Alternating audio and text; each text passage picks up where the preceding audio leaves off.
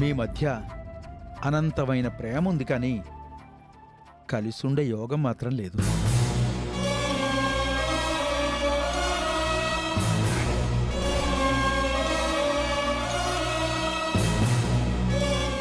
ఏంటి స్వామి మీరనేది?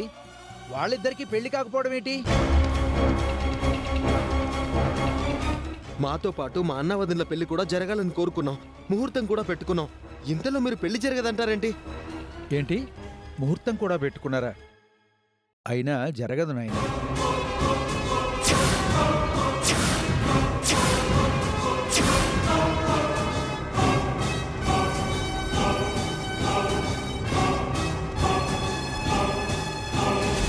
వీళ్ల పెళ్లిని ఆపాలని చాలా శక్తులు ఎదురు చూస్తున్నాయి.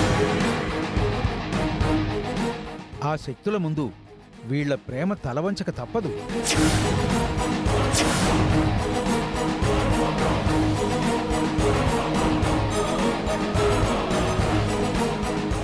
కానీ ఎదురు వెళ్తే మాత్రం ఘోరమైన నష్టం జరుగుతుంది. అందుకే వీళ్ళిద్దరికీ పెళ్లి జరిగే యోగం లేదు.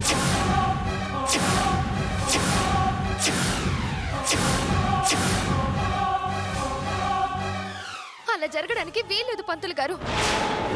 అవును, మాతో పాటే మా అక్క బావల పెళ్లి కూడా జరిగి తీరాలి. అది మీరనుకుంటే సరిపోదమ్మా. వీళ్ల పెళ్లికి ఆ స్వామివారి అనుగ్రహం కూడా ఉంటే అది జరుగుతుంది. కానీ వీళ్ళకి ఆ అదృష్టం లేదు. అందుకే మీరు ఎన్ని విధాలుగా ప్రయత్నించినా వీళ్ల పెళ్లి జరగదు.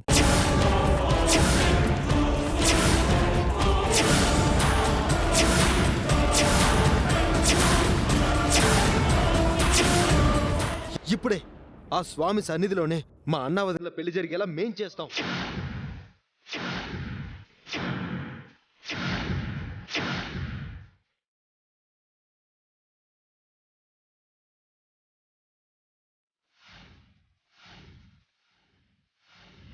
అవును, మేం చేస్తాం.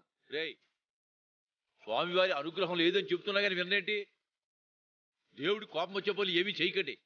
అది మన కుటుంబానికి మంచిది కాదు.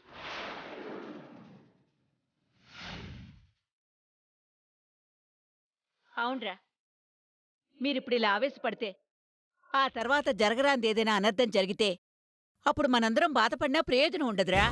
అలా అని అక్క బావల పెళ్లి జరుగుదని చెప్తుంటే చూస్తూ ఎలా ఊరుకోమంటారు అత్తయ్య?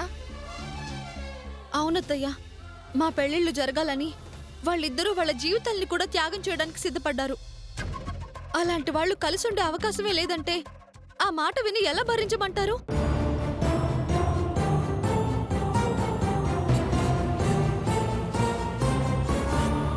అందుకే వాళ్ళని కలపటం మా బాధ్యత కాబట్టి మేము దగ్గరుండి వాళ్ళని ఒకటి చేస్తాం.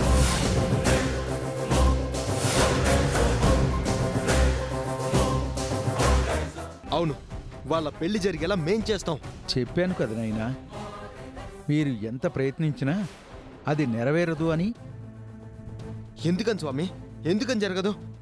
మీరేగా ఈ గుళ్ళో స్వామివారు చాలా మహిమ గలవారు, ఈ స్వామి సమక్షంలో ఏం కోరుకున్నా ఏది అనుకున్నా అది ఖచ్చితంగా జరిగి తీరుతుందని చెప్పారు.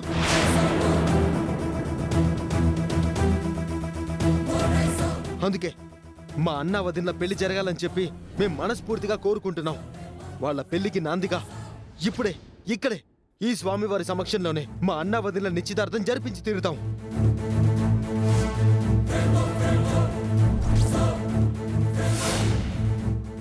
అవును, ఇప్పుడే ఇక్కడే నిశ్చితార్థం జరిపిస్తాం. అప్పుడు ఆ స్వామివారే ఇద్దరిని దయతో కర్ణించి మనస్ఫూర్తిగా ఆశీర్వదిస్తారు. అవును, నిజంగానే ఈ స్వామివారు మహిమ గలవారే అయితే ఇప్పుడు మేం జరిపే ఈ నిశ్చితార్థంతో అయినా వీళ్ల పెళ్లి జరిగేలా చూస్తాడు.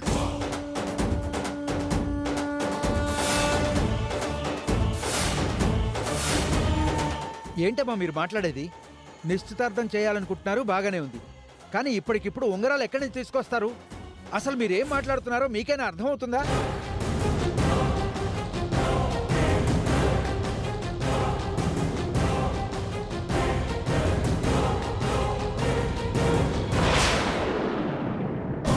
అమ్మా, నాన్న, మీ చేతికున్న ఉంగరాలు తీసివ్వండి. ఇప్పుడే అన్న వదిన నిశ్చితార్థం ఇప్పుడే ఇక్కడే ఆ స్వామివారి సన్నిధిలోనే చేసి తీరుతాం. రేయ్, కావాలంటే ఊరి వెళ్ళిన తర్వాత మంచి ముహూర్తం అది చూసి ఇద్దరికి నిశ్చితార్థం జరిపిద్దాంరా. నా మాట వినండిరా. నానా ఈ విషయంలో నువ్వే కాదు, ఎవరెన్ని చెప్పినా మేము వినం. అవును మావయ్య, దయచేసి మా నిర్ణయాన్ని కాదనకండి. నాన్న చూస్తారేంటి? ఆ ఉంగరాలు ఇటు ఇవ్వండి నాన్న.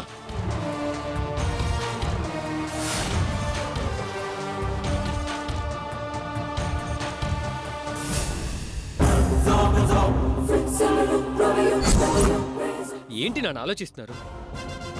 అసలు అన్నా వదిన నిశ్చితార్థం జరగటం మీకు ఇష్టమా లేదా?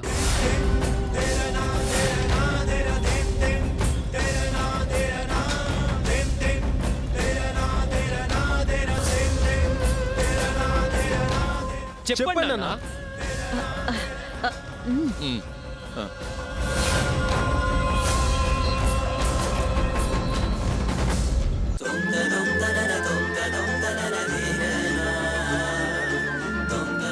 మరైతే ఆ స్వామివారి సన్నిధి కన్నా మంచి ప్లేస్ ఇంకేముంటుంది? ఇవ్వండి నాన్న, ఏంటమ్మా ఆలోచిస్తున్నావు? ఇవ్వండి నాన్న, ఇలా ఇవ్వండి. ఇవ్వండమ్మా. అన్నయ్య అన్నయ్య. వదిన ఒకసారి ఇలా మీరు రండి. ఇలా రండి. బావగారు మీరు ఇలా రండి. రండి అన్నయ్య. హ్మ్. అన్నయ్య వదినా? మార్చుకోండి అన్నయ్య. ఈ ఉంగరం తీసుకుని వదిన వెళ్ళి తొడగనయ్య. అక్క ముందుకొచ్చి బావగారికి ఉంగరం తొడుగు. మార్చుకోండి అన్నయ్య. రే మీకేమైనా పిచ్చి పట్టిందా? ఏంటి ఈ పని? మీరేం చేస్తున్నారు మీకన్నా అర్థమవుతుందా? అవునమ్మా, మాకిలా పెద్దల్ని కాదని నిశ్చితార్థం చేస్తే దేవుడు మమ్మల్ని అనుగ్రహిస్తాడు అనుకుంటున్నారా? దీనివల్ల ఏదైనా జరగనంది జరిగితే అది నేను భరించలేనమ్మా. అందుకే నా మాట విని మీ నిర్ణయం మార్చుకోండి. కుదరదక్క, ప్రతిసారి మీరేం చెప్తే అది విన్నాం. కానీ ఈసారి మాత్రం మేం చెప్పింది మీరు వినాలి. కాదంటే మేం చచ్చినంత ఒట్టు. సరే.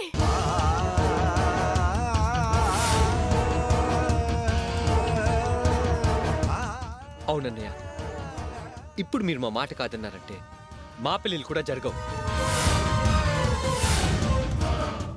మీరు బాధపడుతుంటే మేము మాత్రం సంతోషంగా ఎలా ఉండగలం? అందుకే మా కోసమైనా మీరు ఈ నిశ్చితార్థం చేసుకోవాలి.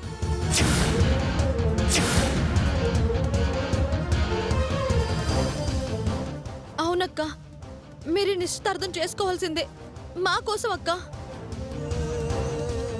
ప్రసాద్ బాబు, అమ్మా లక్ష్మమ్మ, వీళ్ళేదో ఆవేశంతో తీసుకుంటున్న నిర్ణయం అని మీరనుకుంటున్నారు. కానీ మీ మీద ప్రేమతో బాగా ఆలోచించే ఈ నిర్ణయం తీసుకున్నారని నేను అనుకుంటున్నాను. చిన్నపిల్లలైనా చాలా మంచి పని చేస్తున్నారమ్మా. ఇది కూడా ఆ భగవంతుడి కృపే అనుకో. ఆయన సన్నిధిలో మీ నిశ్చితార్థం జరగటం ఇంతకన్నా మాకు సంతోషం ఏముందమ్మా? కానివ్వండమ్మా.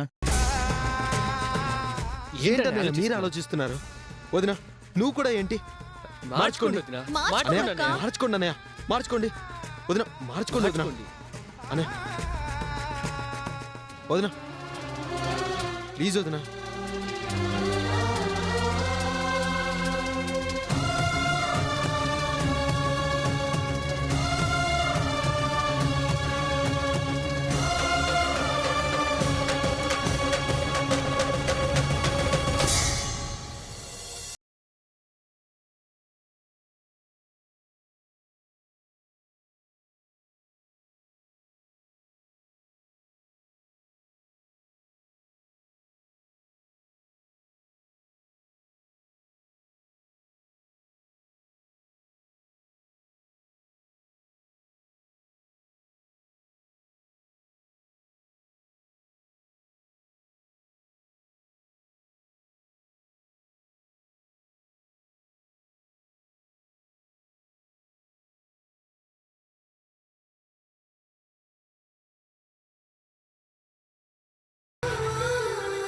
బావగారు మీరు తొడగండి.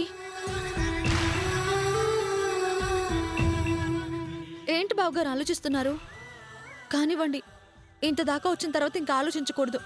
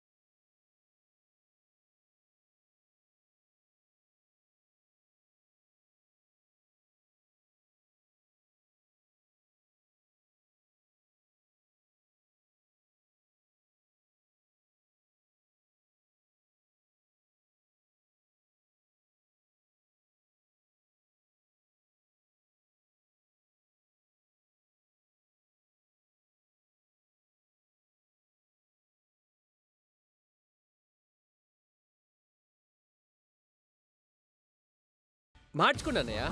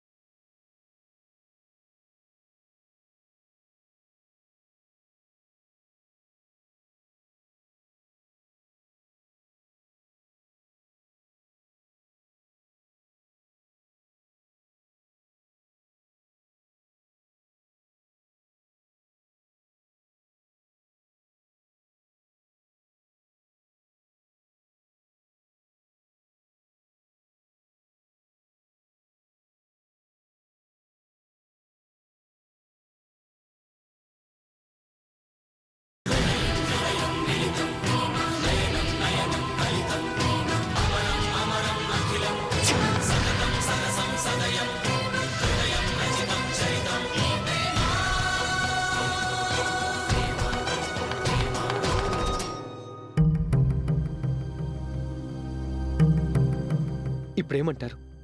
ఆ స్వామి సన్నిధిలోనే మా అన్న వదిలిన ఒకటయ్యారు. ఇక వీళ్ళని విడతీయటం ఎవరి వల్ల కాదు.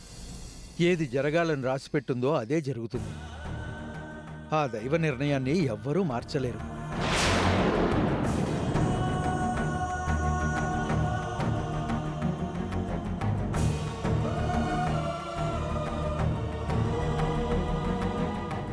వదిన, ఏం కాదు.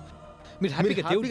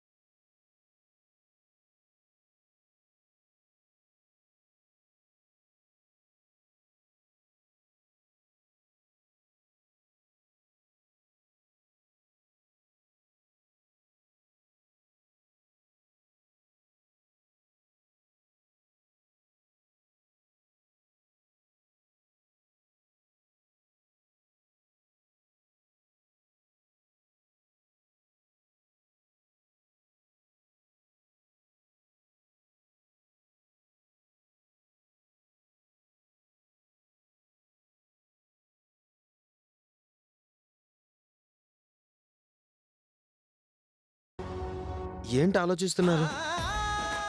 పదండి వెళ్దాం. రెండక్క. రారా.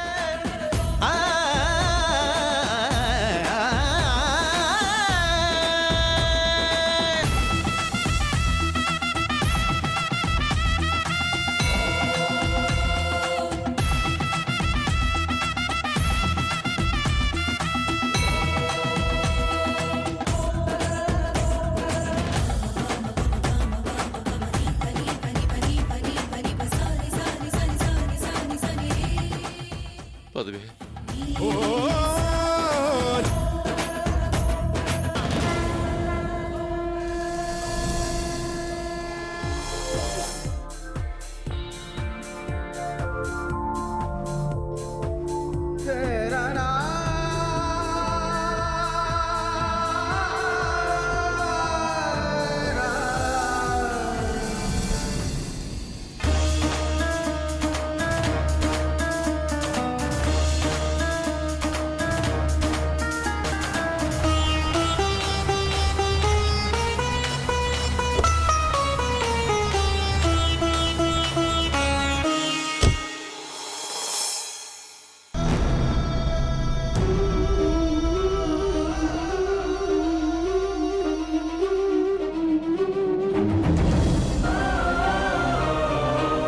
బాబాయ్ లగేజ్ తీసుకుని రా. బాబాయ్ త్వరగా వచ్చే. ట్రిప్ అది తిరిపోయిందా?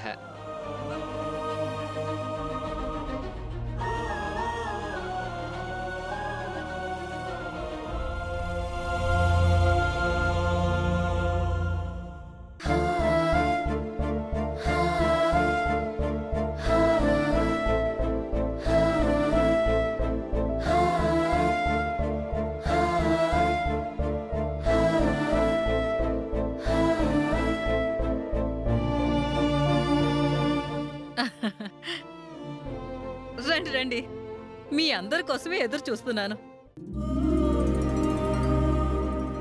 ఫోన్ చేసి మీ ఇద్దరికి నిశ్చితార్థమైందని చెప్పినప్పటి నుంచి మీ ఇద్దరిని ఎప్పుడెప్పుడు చూడాలా అని ఎంతో ఆశగా ఎదురు చూస్తున్నానమ్మా. మీ ఇద్దరిని ఇలా చూడాలన్నా నా కోరిక ఇన్నాళ్లకు నెరవేరింది.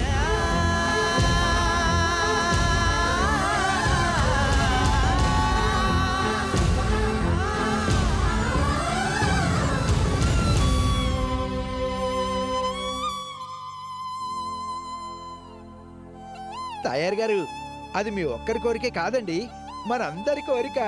అవును అవును బాబాయ్. బాబాయ్. పిల్లలైనా మంచి మనసుతో మీ అక్కా బావల్ని ఒకటి చేశారు. దానికి నాకు ఇంకా చాలా సంతోషంగా ఉంది. అన్నయ్య గారు, మీరు ఏ ముహూర్తానికి మొక్కు తీర్చుకోవాలనుకున్నారో గాని ఆ మొక్కు తీర్చుకోవడం వల్ల ఇన్ని రోజులు జరగకుండా ఆగిపోయిన నిశ్చితార్థాన్ని అక్కడే ఆ దేవుడి సమక్షంలో జరిగింది. ఇదంతా ఆ దేవుడే మీ చేత జరిపించాడు అని నాకు అనిపిస్తుంది. అందుకే దైవం తలచిన చోటే ఏదైనా జరుగుతుందంటారు.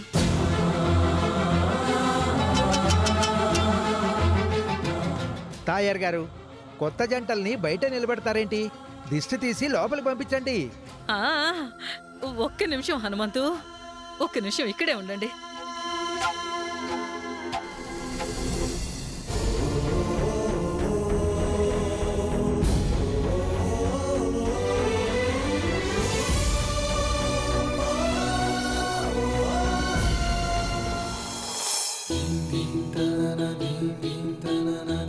అమ్మా లక్ష్మి, ప్రసాద్ బాబు ముందుకు రండి.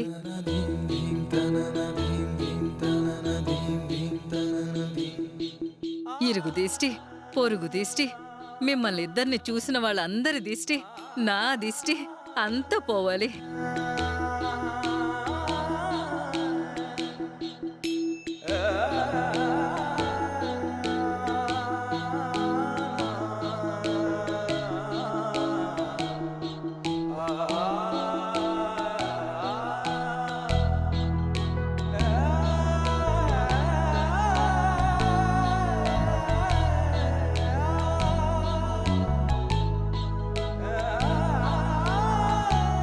మిమ్మల్ని ఇద్దరిని చూస్తుంటే నాకు ముచ్చటగా ఉందమ్మా. మీరెప్పుడూ ఇలాగే పాలు నీళ్లల్లా, చిలక గోరింకల్లా, శివ పార్వతుల్లా కలిసి నిండు నూరేళ్లు సంతోషంగా ఉండాలి.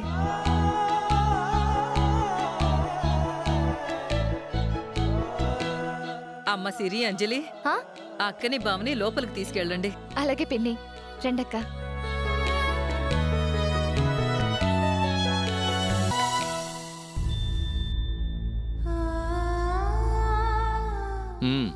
పద.